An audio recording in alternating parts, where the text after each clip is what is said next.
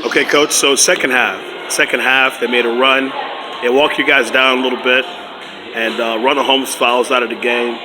You know, the game's pretty close. This was within a few points. What were you thinking at that point? What was the strategy, at that point? Well, at that point, I think we still had the lead. They had definitely come back, so it was a game, and we had made a couple mental mistakes, and also they had made some outstanding plays and had some calls that actually went their way, which it happens in a basketball game. When Ronald Holmes fouled out with about 3 minutes to go in the fourth, my team, they did a great job at handling that adversity. I feel like out of the 34, 35 games that we played this year, we've basically seen everything. We've seen Ronald Holmes get in foul trouble. We've had A.J. Stutz and even Jeremiah Richardson sometimes be out of the game or maybe just sick or not available on a particular day. And those other guys, man, they did an outstanding job.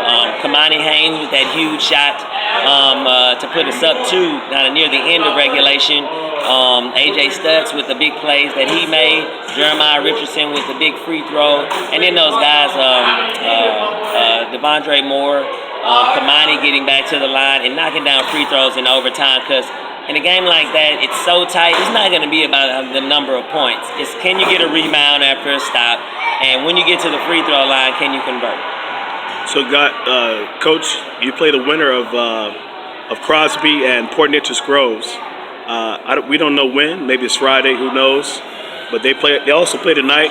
Scouts tell me that you have a good opportunity to beat either one of those teams. I know this is early. You just won this game. That game hasn't been played yet. But, looking at what your guys did, especially how they swarmed number 40, Fathery.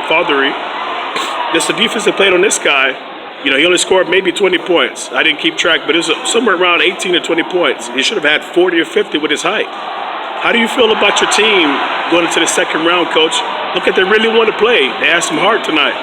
Yes, sir. I think last year after we took that loss, a tough first-round loss to Angleton, the guys, they played with the chip on their shoulder. They worked with the chip on their shoulder all year. And our whole goal all season was to not only return to the playoffs, but show up to the playoffs and really play with that Northside spirit and figure out a way to get a win, which we did tonight by the grace of God. And I think now in this next round, I haven't seen much film on Crosby. I didn't get to see them play in person. Also, I haven't seen Port Neches Grove in person or on film yet. And so I'll be working, sending out emails, text messages, hopefully to some local coaches I know.